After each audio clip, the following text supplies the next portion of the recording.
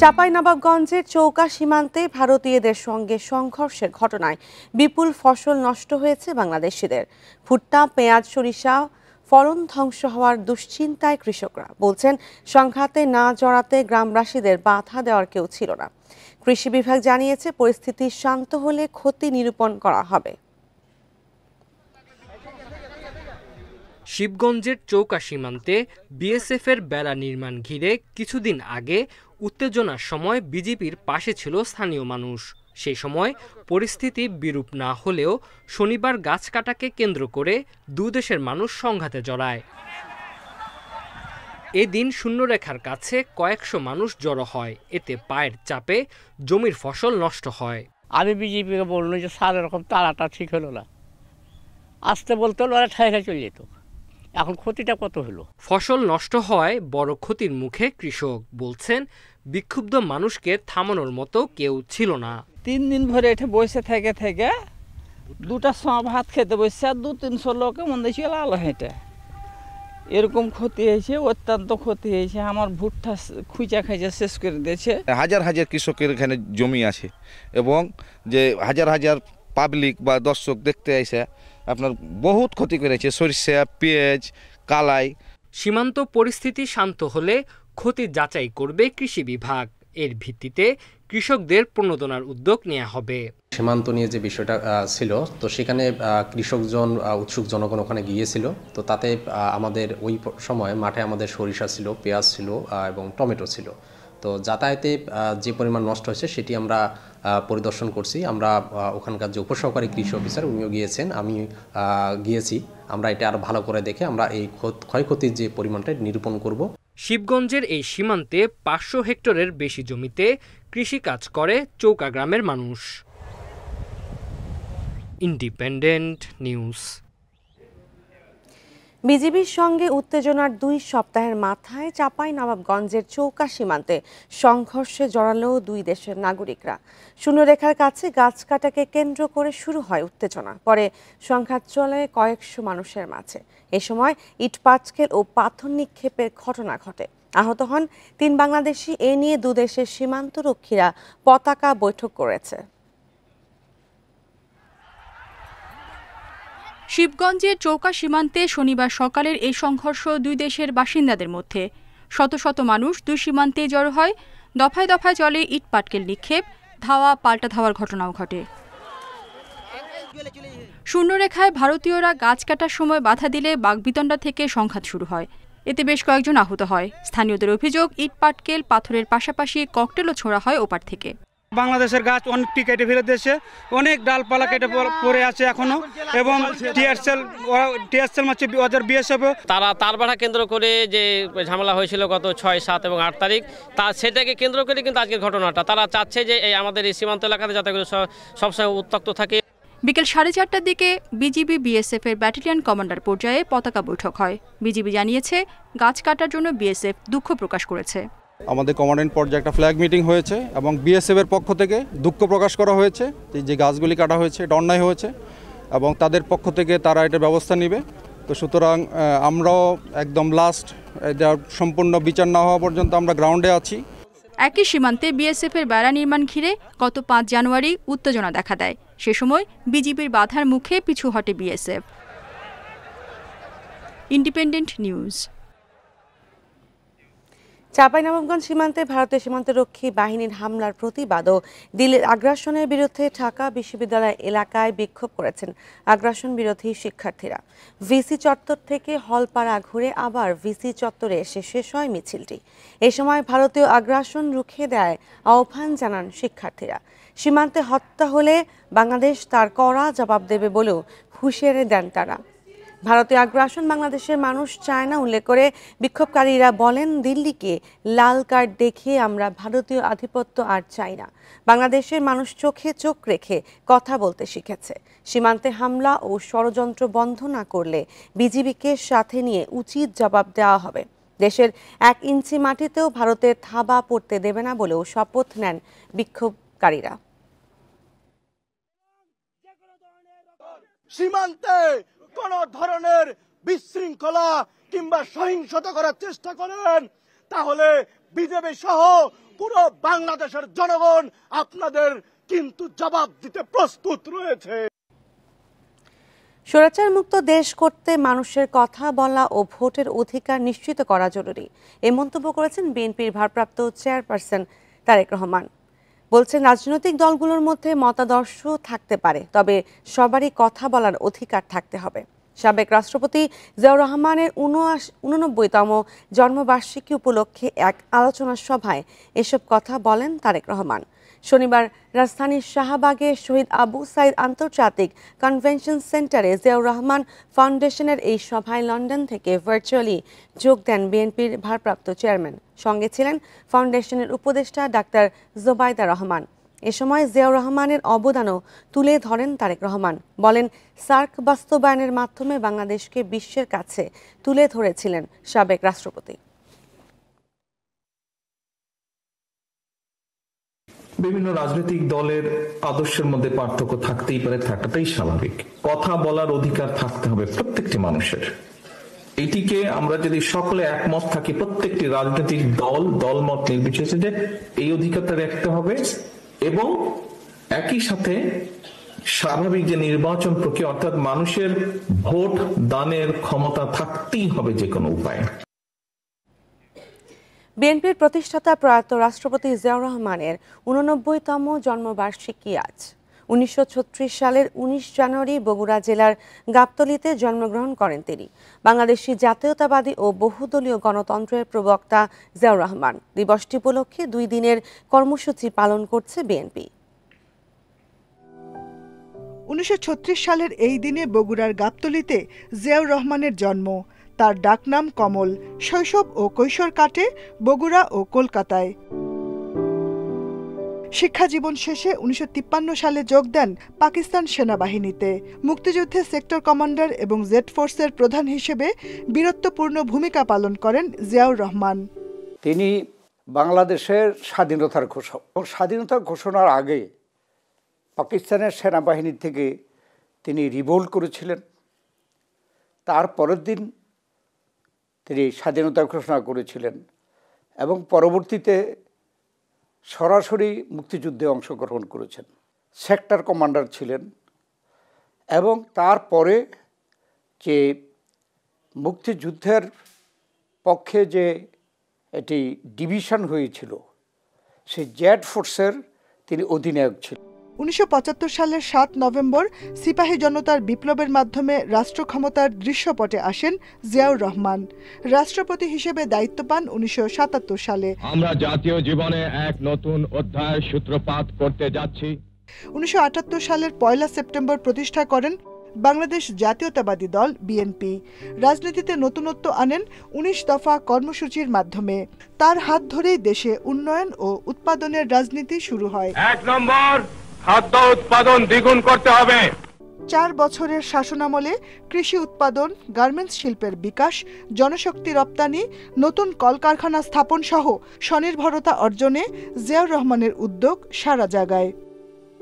শহীদ president Ziaur Rahman বাংলাদেশের একদলীয় বাকশালের শৃঙ্খল, সেই শৃঙ্খল মুক্ত করে তিনি বাংলাদেশে নতুন করে বহুদলীয় গণতন্ত্র প্রবর্তন করেছিলেন। সেন্ট্রালাইজড ইকোনমি থেকে বের হয়ে এসে তিনি বাংলাদেশে মুক্তবাজার অর্থনীতির প্রচলন করেছিলেন। বদ্ধ পরিবেশ থেকে উন্নয়ন প্রক্রিয়াকে বের করে নিয়ে এসে এই দেশকে নতুন একটি অর্থনৈতিক পদযাত্রায় নিয়ে এসেছিলেন কিন্তু শহীদ প্রেসিডেন্ট জিয়াউর রহমান। পররাষ্ট্র নীতিতেও ব্যাপক পরিবর্তন আনেন জিয়াউর রহমান। তার উদ্যোগেই দক্ষিণ পূর্ব এশিয়ার 7টি দেশকে নিয়ে গঠিত হয় সার্ক। 1981 সালে ব্যর্থ সামরিক অভ্যুত্থানে রাষ্ট্রপতি জিয়াউর রহমান মারা যান।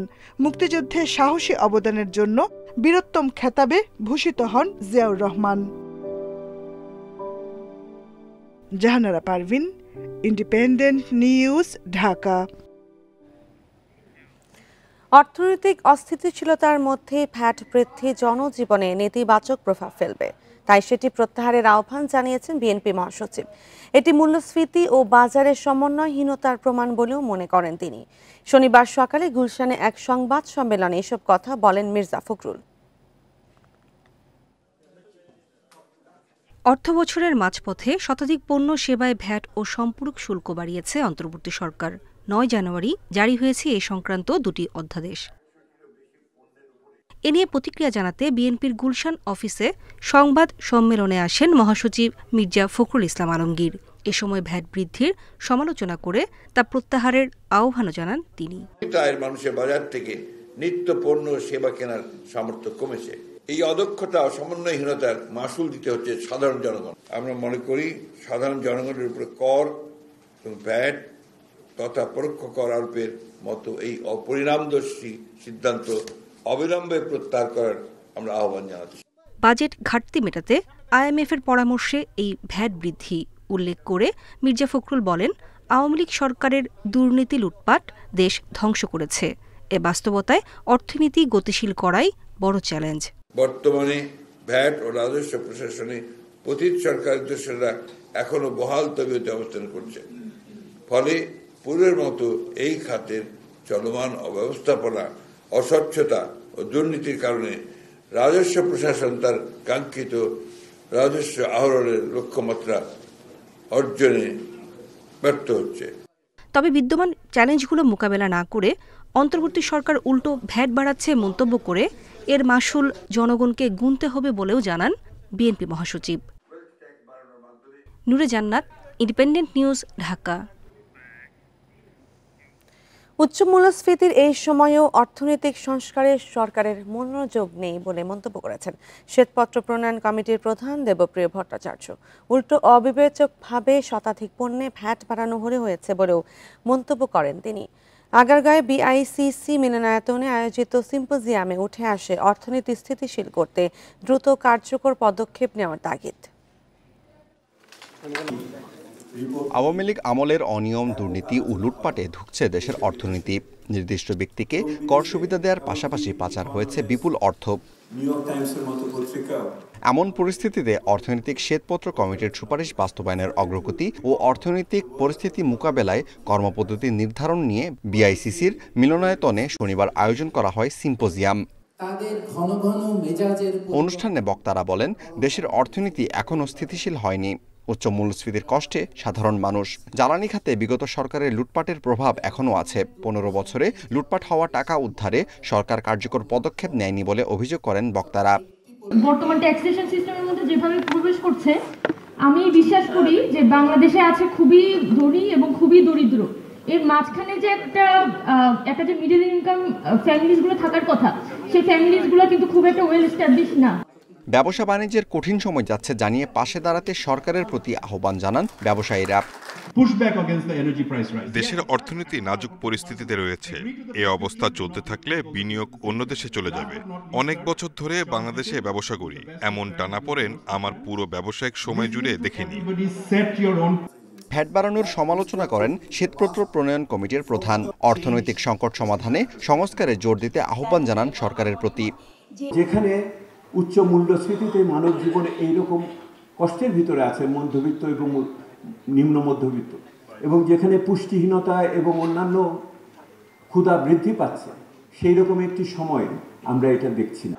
সমাজে তৈরি হওয়া অর্থনৈতিক বৈষম্য দূর করার উপর জোর দেন বাণিজ্য উপদেষ্টা। কাস্টম ডিউটি ফাঁকি দেই, এটা অ্যাকুমুলেট করলে তো কখনোই ডাইরেক্ট ট্যাক্স জেনারেটই করে না। আমার ধারণা এনফোর্সমেন্টটা ইজ ভেরি ভেরি ইম্পর্টেন্ট। টিসিবির পণ্যের দাম কিছুটা বাড়িয়ে সুবিধাভোগীদের সংখ্যা বাড়ানো যায় কিনা তা নিয়ে ভাবতে হবে বলে জানান বাণিজ্য উপদেষ্টা। Amirul Islam, independent News, Dhaka. নবীন উদ্যোক্তাদের নিরাপদ বিনিয়োগ ও কাজের পরিবেশ নিশ্চিত করতে চায় অন্তর্বর্তী সরকার, জানিয়েছেন প্রধান উপদেষ্টা অধ্যাপক মোহাম্মদ ইউনূস। শনিবার সন্ধ্যায় রাষ্ট্রীয় অতিথি ভবন যমুনায় নবীন উদ্যোক্তাদের সঙ্গে বৈঠকে কথা জানান তিনি। বলেন, সরকার দরিদ্রমুক্ত বাংলাদেশ গড়তে কাজ করছে। নবীন উদ্যোক্তাদের যেন বিনিয়োগ নিয়ে বিপদে না পড়েন, নিরাপদে কাজ করতে পারেন, সেটা নিশ্চিত করতে চায় সরকার। বৈঠকে 15 জন নারী ও পুরুষ উদ্যোক্তা অংশ নেন। এই সময় তারা জেলা পর্যায়ে কর্মশালার মাধ্যমে দক্ষ ও সফল উদ্যোক্তা গড়ে তুলতে সরকারকে সহযোগিতার আহ্বান জানান।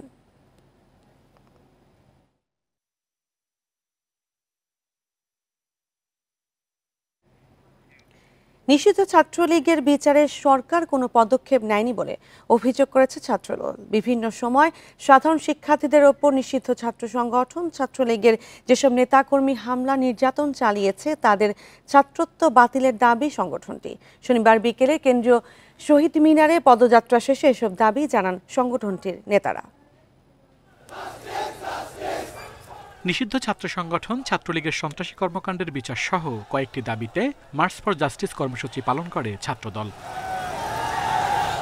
শনিবার বিকেলে রাজধানীর ইঞ্জিনিয়ার্স ইনস্টিটিউশনের সামনে পদযাত্রায় যোগ দেয় সংগঠনটির হাজারো নেতাকর্মী। শাহবাগ টিএসসি হয়ে কেন্দ্রীয় শহীদ মিনারে শেষ হয় পদযাত্রাটি।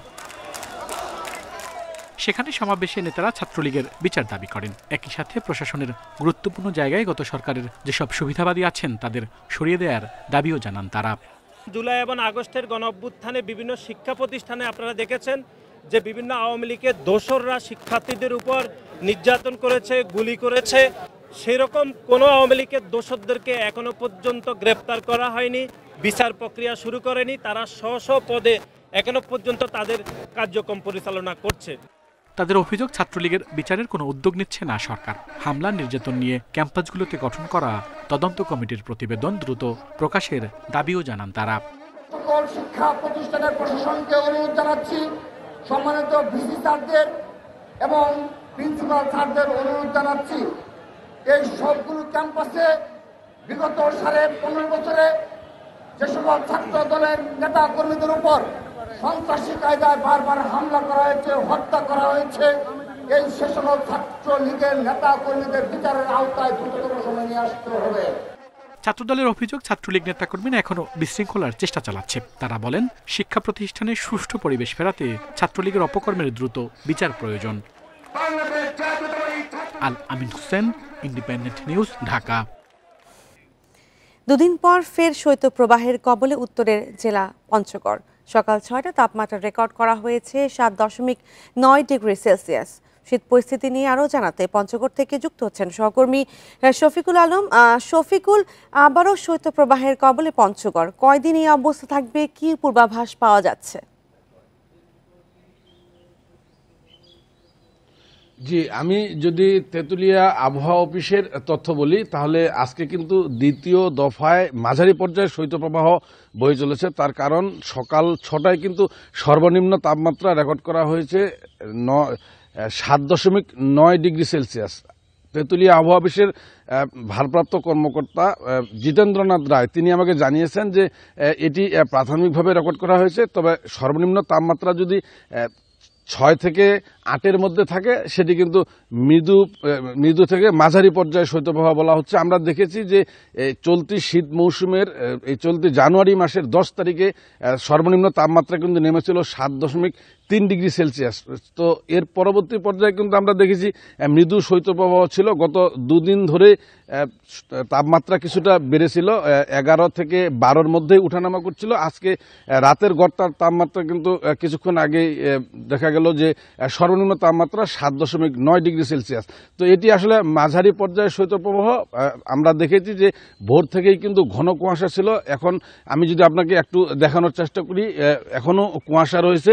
কুয়াশার সাথে রয়েছে উত্তরের হিমশীতল বাতাস। মূলত বাতাসের কারণেই কিন্তু এই কনকনে ঠান্ডা এবং হাড় কাঁপানো ঠান্ডা অনুভূত হচ্ছে। আমরা এর আগেও দেখেছি কিন্তু শৈত্যপ্রবাহ মৃদু থেকে মাঝারি শৈত্যপ্রবাহ পঞ্চগড়ে বয়ে চলেছে। এর প্রভাবে কিন্তু আমরা দেখি যে প্রতিদিন বিকেলের পর থেকে হিমশীতল বাতাস থাকে, ঘন কুয়াশা থাকে, রাতভর ঘন কুয়াশা থাকে। পরদিন সকাল 9টা-10টা পর্যন্ত কিন্তু আমরা সেই কুয়াশা দেখতে পাই। এরপর সূর্য উঠে গেলেই কিন্তু শীতের তীব্রতা কিছুটা কমতে থাকে, কিন্তু দিনভর কিন্তু হালকা কুয়াশা থাকে। আমরা গতকালকে দেখেছি সারাদিন তেমন সূর্যের মুখ দেখা যায়নি, যদিও একবার দুবার সূর্য মুখ দেখা গিয়েছিল, কিন্তু তাপ ছড়ানোর আগেই সেই সূর্য কিন্তু আবার কুয়াশায় ঢেকে যায়। আমরা গতকালকেও কনকনে শীত দেখেছি, রাতেও কনকনে শীত ছিল। আমরা সন্ধ্যার পর থেকে দেখি যে পঞ্চগড় শহরের অধিকাংশ রাস্তাঘাট কিন্তু ফাঁকা হয়ে গিয়েছিল। আমরা মোড়ে মোড়ে দেখেছিলাম যে সাধারণ মানুষজন খড়কুটো জ্বালিয়ে শীত নিবারণ নিবারণের চেষ্টা করতে আমরা দেখেছি। আসলে এই শীতের সময় বিশেষ করে যারা সকালবেলা কাকডাকা ভোরেই যারা কাজে যোগ দেন, শ্রমিক শ্রেণীর মানুষ, দিনমজুর শ্রেণীর মানুষ, তাদের কিন্তু সীমাহীন দুর্ভোগ আমরা অন্যান্য বারের মতো এবারও দেখতে পাচ্ছি। এই ছিল শীত পরিস্থিতি নিয়ে পঞ্চগড় থেকে সর্বশেষ। পঞ্চগড় থেকে শীত পরিস্থিতি জানাচ্ছিলেন সহকর্মী শফিকুল আলম। রাজনৈতিক অস্থিরতা, ব্যাংকের উচ্চ সুদ ও মূল্যস্ফীতির প্রভাবে পুঁজি বাজারে তালিকাভুক্ত বেশিরভাগ কোম্পানির আয় কমেছে। গেল বছরের জানুয়ারি থেকে সেপ্টেম্বরে কোম্পানিগুলোর গড় মুনাফা কমেছে 24%। বেসরকারি এক গবেষণায় উঠে এসেছে এ সময় সবচেয়ে বেশি ক্ষতিগ্রস্ত কাগজ ও মুদ্রণ এবং সিরামিক খাত। তবে সংস্কার কার্যক্রম বাস্তবায়িত হলে গতি ফিরবে পুঁজি বাজারে, বলছেন অর্থনীতিবিদরা। ব্যাংক ঋণের উচ্চ সুদের হার, উৎপাদনশীল খাতে কাঁচামালের দাম বৃদ্ধি এবং বছরের মাঝামাঝি সময় থেকে রাজনৈতিক অস্থিরতায় বৃদ্ধি পায় ব্যবসায়িক কার্যক্রমের খরচ। এর প্রভাবে জানুয়ারি থেকে সেপ্টেম্বর পর্যন্ত পুঁজিবাজারে তালিকাভুক্ত কোম্পানিগুলোর আয় কমেছে। ব্রোকারেজ হাউস শান্তা সিকিউরিটিজের প্রতিবেদন বলছে, এই সময় সবচেয়ে বেশি ক্ষতিগ্রস্ত হয়েছে কাগজ ও মুদ্রণ এবং সিরামিক খাত। 2024 সালে 3 প্রান্তিকে এসব খাতে মুনাফা কমেছে 149% বেশি। বছরের মাঝামাঝি সময়ে শ্রমিক অসন্তোষ, ক্রয়াদেশ কমে যাওয়া এবং উচ্চ সুদহারের প্রভাবে টেক্সটাইল খাতে 70% বেশি মুনাফা কমেছে। একইভাবে বিদ্যুৎ জ্বালানি খাতে মুনাফা হ্রাস পেয়েছে 62%। ব্যাংকিং খাতে 16% আয় কমলেও ভিন্ন চিত্র দেখা যায় বিমা খাতে, যেখানে আয় হয়েছে 1% কম। বিনিয়োগের অবস্থা ব্যক্তি খাতের এবং উচ্চ মূল্যস্ফীতি, ব্যাংকের ঋণের সুদের হার বাড়ানো, এই সবটার একটা প্রতিফলন। তবে এই সংস্কারগুলি হয়তো একটা সুস্থ, প্রতিযোগিতা সম্পন্ন, একটা সুশাসিত পুঁজিবাজার আমাদেরকে দিতে পারবেন। বিশ্লেষকরা বলছেন, সার্বিক বিনিয়োগ পরিস্থিতি স্থিতিশীল হলে গতি ফিরবে পুঁজিবাজারে। লোকাল ইন্ডাস্ট্রি ইম্পোর্টের অভাবে অথবা গ্যাসের অভাবে লোকাল বন্ধ হয়ে যাচ্ছে। আইন শৃঙ্খলা বাহিনী ভেঙে পড়েছিল। প্রাইভেট সেক্টর বিনিয়োগ বাড়ার জন্য যা কিছু করা দরকার সেটা করতে হবে, তাহলে অটোমেটিক্যালি পুঁজিবাজারের উন্নয়ন হবে। প্রতিবেদন বলছে, মূল্যস্ফীতি নিয়ন্ত্রণ, সরকারের রাজস্ব লক্ষ্যমাত্রা পূরণ এবং ব্যাংকিং খাতের স্থিতিশীলতা বজায় রাখাই হবে 2025 সালের প্রধান চ্যালেঞ্জ। তৌহিদ রানা, ইন্ডিপেন্ডেন্ট নিউজ, ঢাকা। বিশ্ব ইজতেমার বাকি 12 দিন। স্বেচ্ছাশ্রমে পুরোদমে চলছে বিশ্ব ইজতেমার প্রস্তুতি। প্রথম পর্বে অংশ নিচ্ছেন তাবলিগ জামায়াতের শুয়ারি নেজাম বা মাওলানা জুবায়েরপন্থীরা। আয়োজকদের দাবি, এতে অংশ নেবেন দেশ বিদেশের 20 লাখের বেশি মুসল্লি। ইজতেমাকে ঘিরে অপ্রীতিকর পরিস্থিতি এড়াতে কঠোর নিরাপত্তা ব্যবস্থা নিচ্ছে পুলিশ। 31 জানুয়ারি টঙ্গীর তুরাগ তীরে হবে মুসলমানদের মহাসম্মিলন। 160 একরের ময়দান ছেয়ে গেছে সামিয়ানায়। ময়দানের উত্তর পশ্চিম কোণে প্রস্তুত করা হচ্ছে মূল বয়ান মঞ্চ। ময়দান ও আশপাশের রাস্তাঘাট মেরামত, পয়ঃনিষ্কাশনের কাজ চলছে দ্রুত গতিতে। এসব কাজে স্বেচ্ছায় অংশ নিচ্ছেন গাজীপুর, ঢাকা ও আশপাশের এলাকা থেকে আসা তাবলিগ জামাতের কর্মীরা। প্রয়োজনীয় পানি ও বিদ্যুৎ সরবরাহের কাজ করা হচ্ছে দ্রুত গতিতে। পরকালের মুক্তির জন্য এই কাজটা করি, ভালো লাগে, আনন্দ লাগে স্বেচ্ছা কাজ করতে। সব কিছু বিনিময় হয় না, কিছু কিছু জিনিস আছে আল্লাহর জন্য করলে আল্লাহর জন্যে, এটা বিনিময় আল্লাহ থেকে নিমু, এই আসার উদ্দেশ্য। এরই মধ্যে শেষ হয়েছে 70 ভাগের বেশি কাজ। দিনের কাজে অংশীদার হতে পেরে খুশি কর্মীরা। 7-8 দিনের ভিতর টোটাল কাজটা হয়ে যাবে। কিছু বিদেশি মেহমানদের সেটগুলো করতেছে আর বাকি আছে, এটিও কাজ হয়ে গেছে। 90% কাজ হয়ে গেছে, অল্প কিছু কাজ বাকি আছে। মেহনত করা মানে আল্লাহ রাজি খুশি করানো। তা আমরা একটু মেহনত করতেছি, সারা দুনিয়া মেহমান আসবে, দেখবে। 31 জানুয়ারি থেকে 2 ফেব্রুয়ারি হবে শুরাই নিজাম বা জুবায়েরপন্থীদের ইজতেমার পর্ব। এতে 20 লাখের বেশি মানুষ অংশ নেবে বলে আশা করা হচ্ছে। যারা কিনা হযরত উলামায়ে কেরামকে মহব্বত করে, দিনকে মহব্বত করে এবং হকের উপর চলার চেষ্টা করে, ইনারা ধুলাবালির ভিতরেও কষ্ট করে অংশগ্রহণ করেছেন এবং এইভাবেই আখিরে মোনাজাত পর্যন্ত তারা কন্টিনিউ করেছেন। আশা করি ইনশাআল্লাহ এবারও এর ব্যতিক্রম ঘটবে না এবং পুরো দুনিয়া থেকে মেহমানরা ইতিমধ্যে ইজতেমাকে সামনে রেখে আসা শুরু করেছে। ইজতেমাকে কেন্দ্র করে মাওলানা জুবায়ের এবং সাদপন্থীদের বিরোধ কাটেনি। এই অবস্থায় বাড়তি নিরাপত্তার কথা বলছে গাজীপুর মেট্রোপলিটন পুলিশ। কোনো উদ্ভূত পরিস্থিতি হলে যেন ইভ্যাকুয়েশন প্ল্যান একটি থাকে যেদিক দিয়ে মানুষ চলে যেতে পারবে, যে কোনো পরিস্থিতিতে ইভ্যাকুয়েট করতে পারি, আমরা যেন রিট্রিট করতে পারি, আমরা যেন এটাকে ইন্টারভিন করতে পারি, সেই পরিকল্পনাগুলো সামনে রেখে সেই পরিকল্পনাগুলো নিয়েই আমরা আমাদের ফোর্সকে সাজাচ্ছি। ৫৮তম বিশ্ব ইজতেমার দ্বিতীয় পর্ব ৭ থেকে ৯ ফেব্রুয়ারি। মাওলানা সাদপন্থীদের জন্য এ পর্ব নির্ধারণ করা হলেও তা হচ্ছে কিনা এ বিষয়ে এখনও সিদ্ধান্ত আসেনি। Adilur Rahman, independent News, Dhaka. গবেষণাগারের নির্মাণ কাজই শুরু হয়নি, অথচ কেনা হয়েছে ১৫ কোটি টাকার যন্ত্রপাতি, যেগুলো আবার অলস পড়ে আছে দীর্ঘদিন। এই অবস্থায় মহাখালীর ১,৫০০ কোটি টাকার বঙ্গমাতা ন্যাশনাল মলিকিউলার রিসার্চ সেন্টারের ৬ বছরের ৬ প্রকল্প পরিচালক বদল হলেও এখনও ল্যাবের জায়গা দখলমুক্ত করতে পারেনি স্বাস্থ্য বিভাগ। National cellular and molecular research centre দেশে আন্তর্জাতিক মানের গবেষণা প্রতিষ্ঠান তৈরিতে ২০১৮ সালে অনুমোদন পায় প্রকল্পটি। শেষ হওয়ার কথা ছিল ২০২৩ সালের জুনে। ব্যয় ধরা হয় ১,৫০০ কোটি টাকা। মহাখালীর ৭ তলা বস্তি, ১৬ তলা সেই গবেষণাগারের জায়গায় সারি সারি বস্তিঘর। ৬ বছরেও খালি করা যায়নি ল্যাবের জায়গা। বর্তমানে কিছুটা অগ্রগতি থাকলেও আগের পিডিদের মনোযোগ বেশি ছিল কেনাকাটায়। অনেক প্রক্রিয়া আছে, অনেক পলিসির বিষয় আছে, কতটুকু হবে সেটা এখনো পরিষ্কার না, কারণ আমাদের অনেকগুলো বাধা আছে। বাধাগুলো যদি আমরা অতিক্রম করতে পারি তাহলে হয়তো হবে, এবং এটা এক্সটেনশনের বিষয় আছে, সেটা অনেক বড় একটা পলিসি ডিসিশন। গবেষণাগারের নির্মাণ কাজই শুরু হয়নি, তাতে কি থেমে থাকেনি তো কেনাকাটা। বিএমআরসি ভবনের ৮ম তলায় বানানো হয়েছে ১৫ কোটি টাকার একটি অন্তর্বর্তীকালীন ল্যাব। এই ল্যাবে এ পর্যন্ত মাত্র ২টি গবেষণা হয়েছে। ২০২৩ সালের জুনের পর থেকে এভাবেই তালাবদ্ধ আছে ল্যাবটি। প্রকল্প চলাকালীন দক্ষ জনবল তৈরির কথা থাকলেও তা করা হয়নি।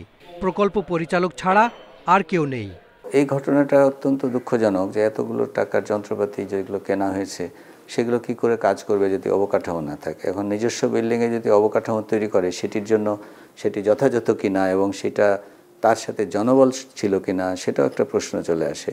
এই রিসার্চ ল্যাবটা আমি একবারই শুধু দেখেছি, দেখে আমার কাছে আমার খুব কষ্ট লেগেছে যে আমাদের দেশে এত দামি দামি যন্ত্র পড়ে আছে, সেগুলোর সঠিক ইউটিলাইজেশন হচ্ছে না। এইটাকে আমাদের সচল করতে হলে জনবল একদমই নাই, আমাদের জনবল দিতে হবে। সেটাই নিয়ে আমরা কিন্তু মিনিস্ট্রিতে মিটিং করেছি, আমরা আমাদের দাবি পেশ করেছি। আধুনিক জীব প্রযুক্তি ব্যবহার করে দেশে একটি বিশ্বমানের গবেষণাগার তৈরির লক্ষ্য, যা হবে দেশ বিদেশের বিজ্ঞানীদের যৌথ গবেষণার প্ল্যাটফর্ম। এই প্রকল্পের মেয়াদ শেষ হবে চলতি বছরের জুনে। এর আগেও 2 বার বাড়ানো হয়েছে প্রকল্পের মেয়াদ। Hasan Misba, Independent News, Dhaka.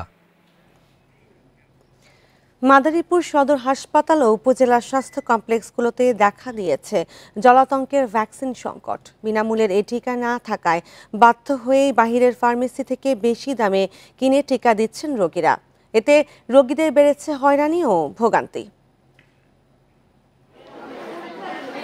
কুকুরের কামড়ে আহত হয়ে 2 বছরের মেয়ে মুনতাহাকে নিয়ে মাদারীপুর জেলা সদর হাসপাতালে মা লাবণী বেগম কয়েক ঘন্টা লাইনে দাঁড়িয়ে জানতে পারেন হাসপাতালে নেই ভ্যাকসিন। বাধ্য হয়ে বাইরে থেকে কেনেন বেশি দামে। বিড়ালে কামড় দিয়েছে, তো আমাদের এখানে ভ্যাকসিন নাই, ওনারা বলছে ভ্যাকসিন নাই, আমাদের বাইরে থেকে কিনে দিতে হচ্ছে। এটা খুবই দামি, সবার জন্য কেনাটা সম্ভব হচ্ছে না। একই চিত্র উপজেলার স্বাস্থ্য কমপ্লেক্সগুলোতেও। ভ্যাকসিন না পেয়ে বাইরে থেকে কিনছেন 540 টাকা থেকে 900 টাকায়। এটা একটা সরকারি হসপিটাল, এখানে যদি আমাদের এরকম করতে হয়, আমরা সাধারণ মানুষ আইসা যদি ভ্যাকসিন না নিতে পারি তাহলে আমরা কোথায় যাব? আজকে বলতেছে এরা কিনে আনতে হবে। এখন বাধ্য হয়ে আমি দোকান থেকে 600 টাকা দিয়ে ভ্যাকসিন কিনে আইনা তারপরে ভ্যাকসিন দেওয়ার জন্য আসছি। সরকারি হসপিটালে যদি ভ্যাকসিন না থাকে তাহলে সাধারণ দোকানে থাকে কিভাবে? কর্তৃপক্ষের দাবি চাহিদার তুলনায় রোগী বাড়ায় দেখা দিয়েছে সংকট। আমরা 21 তারিখের আগে এই আমরা দিয়েছি, চাহিদা দিয়েছি, কিন্তু অদ্যাবধি আমাদের সরবরাহ পাইনি। তো এটাই হচ্ছে বিষয়। এই কারণে রোগীদেরকে মাঝে সাথে যখন সরবরাহ না থাকে তখন কিনে নিতে হয়।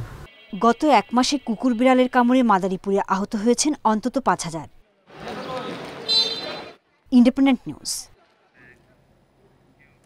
আর এই বিষয়ে আরো জানাতে মাদারীপুর থেকে যুক্ত হচ্ছেন সহকর্মী রিপন চন্দ্র মল্লিক।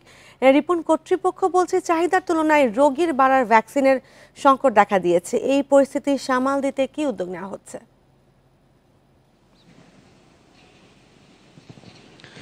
আসলে এই পরিস্থিতি দিন দিন বেড়েই চলেছে। মাদারীপুর সদর হাসপাতাল সহ অন্যান্য যে উপজেলা স্বাস্থ্য কমপ্লেক্সগুলো রয়েছে সেই সবগুলো হাসপাতাল কমপ্লেক্সে একই দৃশ্য আমরা দেখতে পেয়েছি। তবে কর্তৃপক্ষের সাথে আমরা কথা বলে যেটি আসলে জানতে পেরেছি যে এই যে জলাতঙ্ক রোগের যে ভ্যাকসিন, কুকুর বিড়াল সহ অন্যান্য বন্যপ্রাণীর কামড়ে আঘাতের যে ভ্যাকসিনগুলি দেওয়া হয় সেই ভ্যাকসিন মূলত যে পরিমাণ প্রয়োজন প্রতিটি হাসপাতালে সেই তুলনায় বরাদ্দ আসলে পাওয়া যাচ্ছে না। সর্বশেষ মাদারীপুর জেলার সিভিল সার্জন ডক্টর মনির আহমেদ খান আমাদেরকে জানিয়েছেন যে গত ডিসেম্বর মাসের 21 তারিখে তারা গত মাসের যে চাহিদা সেটি আসলে ঢাকা অফিসে প্রেরণ করেছিল, কিন্তু আদ্যবধি আজকে জানুয়ারি মাসের প্রায় 19-20 তারিখ হয়ে আসলো, তারপরেও তারা কিন্তু এখনো গত মাসের যে ডিসেম্বর মাসের যে চাহিদা সেটি আসলে মাদারীপুর সদর হাসপাতালে এসে পৌঁছেনি।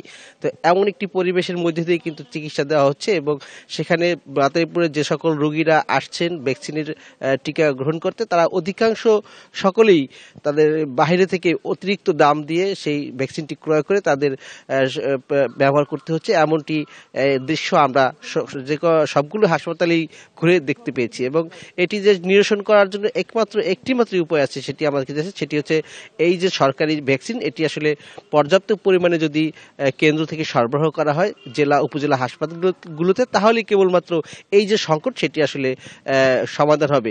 আপনাকে আরেকটি তথ্য জানিয়ে রাখতে চাই যে মাদারীপুরে এই যে 5টি উপজেলা 4টি আছে উপজেলা স্বাস্থ্য কমপ্লেক্স এবং জেলা সদর হাসপাতাল 250 শয্য হাসপাতাল। এই হাসপাতালে শুধুমাত্র জেলা সদর হাসপাতালের প্রতিদিন 1 থেকে 150 রোগী ভ্যাকসিন দিতে আসে এবং এই হারটা উপজেলা পর্যায়ে রয়েছে। সেক্ষেত্রে শুধু সদর হাসপাতালেই প্রতি মাসে 5000 রোগী আসেন যারা ভ্যাকসিনের চিকিৎসা নিতে এবং সেক্ষেত্রে পুরো জেলার যদি আমরা একটা গড়ে হিসাব করি তাতে কমপক্ষে প্রায় 20,000 মানুষের কাছাকাছি 15 থেকে 20,000 মানুষের কাছাকাছি একটি সংখ্যার মানুষ প্রতি মাসে এই টিকাটি গ্রহণ করে এবং সেই অনুপাতে আসলে ভ্যাকসিন বরাদ্দ দেওয়া হয় না। ভ্যাকসিন আমরা কথা বলেছি মাদারীপুরের হাসপাতাল কর্তৃপক্ষের সাথে, তারা আমাদেরকে জানিয়েছে যে পরিমাণ তারা ভ্যাকসিনের ডিমান্ড কেন্দ্রে পাঠিয়ে থাকে তার 4 ভাগের 1 ভাগ ভ্যাকসিন মূলত সরবরাহ করা হয়ে থাকে। ফলে এই যে ক্রাইসিস সে সংকট সেটি কিন্তু প্রতি মাসেই লেগে যাচ্ছে। মূলত এই গত বছরের মাঝামাঝি থেকে মূলত এই সংকটটা বেশি সৃষ্টি হয়েছে বলে আমাদেরকে জানিয়েছে মাদারীপুর হাসপাতাল কর্তৃপক্ষ। সার্বিকভাবে এই ছিল আমার কাছে মাদারীপুরের জলাতঙ্কের ভ্যাকসিনের সর্বশেষ তথ্য। মাদারীপুর থেকে যুক্ত হয়েছিলেন সহকর্মী রিপন চন্দ্র মল্লিক। আগামী বর্ষাতেও চট্টগ্রাম নগরের জলাবদ্ধতা পুরোপুরি দূর হবে না। এই সমস্যার জন্য নগরবাসীর পাশাপাশি সরকারি সংস্থাগুলোর দায় দেখছেন উপদেষ্টারা। শনিবার বিকেলে নগরীতে জলাবদ্ধতা নিরসন প্রকল্প পরিদর্শনে গিয়ে এসব মন্তব্য করেন তারা। বন্দরনগরীর সবচেয়ে বড় সংকট বর্ষা মৌসুমের জলাবদ্ধতা। এই সমস্যা সমাধানে 11 বছর ধরে 14,300 কোটি টাকার 4টি প্রকল্প নেওয়া হয়েছে, যেগুলোর দায়িত্ব সিটি কর্পোরেশন, চট্টগ্রাম উন্নয়ন কর্তৃপক্ষ ও পানি উন্নয়ন বোর্ডের, কিন্তু লাভ হয়নি কিছুই। এ পরিস্থিতিতে প্রধান উপদেষ্টার নির্দেশে বিশেষ পরিকল্পনা নিয়ে মাঠে নেমেছেন 3 উপদেষ্টা। সেজন্য শনিবার চট্টগ্রাম নগরীর প্রকল্প এলাকা পরিদর্শন করেন তারা। সড়ক উপদেষ্টা মন্তব্য করেন, দীর্ঘমেয়াদী এই সমস্যার দায় নগরবাসী ও সরকারি সংস্থাগুলোর গাফিলতি। আর পরিবেশ উপদেষ্টা দুষলেন খাল ও নালা দখলকে। এই সমস্যার সমাধান জটিল বলে মনে করেন উপদেষ্টারা। নিজে তো আর কেউ বিল্ডিং তুলতে পারে না। এটা যারা নগর প্রশাসনের সঙ্গে যারা জড়িত ছিলেন, জেলা প্রশাসনের সঙ্গে যারা জড়িত ছিলেন, তাদের সবার নীরব অথবা সরব সম্মতি নিয়ে এটা করা হয়েছে। ভূমি অফিসের সাথে যোগ সাজসে খালগুলো ব্যক্তির নামে রেকর্ড হয়ে গেছে, সেখানে বড় বড় বিল্ডিং উঠে গেছে। খালের প্রবাহ বাধাগ্রস্ত হচ্ছে, এই যে পাহাড়গুলো কাটার ফলে মাটিগুলো এসে পড়তেছে এটার কারণে। আরেকটা হচ্ছে প্রচুর পলিথিন এবং প্লাস্টিক। তো 3টাই জটিল সমস্যা। এ সময় দুর্যোগ ব্যবস্থাপনা উপদেষ্টা বলেন, আগামী বর্ষায় জলাবদ্ধতার ভোগান্তি কমবে, তবে পুরোপুরি নিরসন সম্ভব নয়। আমরা বলছি যে আগামী বর্ষা মৌসুম পর্যন্ত কতটুকু পরিত্রাণ দেওয়া যায়, সম্পূর্ণ পুরোপুরি পরিত্রাণ না। তারা স্টেক হোল্ডার আছে, প্রতিষ্ঠানগুলো আছে এটার সাথে জড়িত, এগুলির সমন্বয় আমরা অবশ্যই করব। সেই সাথে আমরা জনগণকেও সম্পৃক্ত করতে চাই, যাতে নগরটা যেন সবাই ওন করি। বিভিন্ন সেবা ও সরকারি সংস্থা, নগর পরিকল্পনাবিদ ও নাগরিক প্রতিনিধিদের সঙ্গে বৈঠক করবেন উপদেষ্টারা। অনুপম শীল, ইন্ডিপেন্ডেন্ট নিউজ, চট্টগ্রাম। বাংলাদেশে নিযুক্ত সাবেক মার্কিন রাষ্ট্রদূত মার্শা বার্নিকাট সহ আরও 2 জন জ্যেষ্ঠ কূটনৈতিককে পদত্যাগ করতে আহ্বান ট্রাম্প সহযোগীদের। বর্তমানে ট্রাম্পের এই সহযোগীরা মার্কিন পররাষ্ট্র মন্ত্রণালয়ের লোকবল ও অভ্যন্তরীণ সমন্বয়ের দায়িত্বে রয়েছেন। মার্শা বার্নিকাট ছাড়া বাকি 2 জন হলেন ডেরেক হোগান ও অ্যালাইন তেবেলজিথ। 2015 থেকে 2018 সাল পর্যন্ত ঢাকা যুক্তরাষ্ট্রের রাষ্ট্রদূত হিসেবে দায়িত্ব পালন করেন মার্শা বার্নিকাট। এছাড়া এই 3 জ্যেষ্ঠ কূটনৈতিক ডেমোক্র্যাট ও রিপাবলিকান উভয় প্রশাসনের রাষ্ট্রদূত সহ গুরুত্বপূর্ণ দায়িত্ব পালন করেছেন এবং করছেন। 20 জানুয়ারি প্রেসিডেন্ট হিসেবে শপথ নেবেন ডোনাল্ড ট্রাম্প। নির্বাচনী প্রচারের সময় থেকেই তিনি হুঁশিয়ারি দিয়ে বলেন, প্রেসিডেন্ট নির্বাচিত হলে তিনি ডিপ স্টেট মুছে ফেলবেন। এমনকি এই কাজে যেসব কর্মকর্তা সহায়তা করবেন না তাদের তিনি বরখাস্ত করবেন।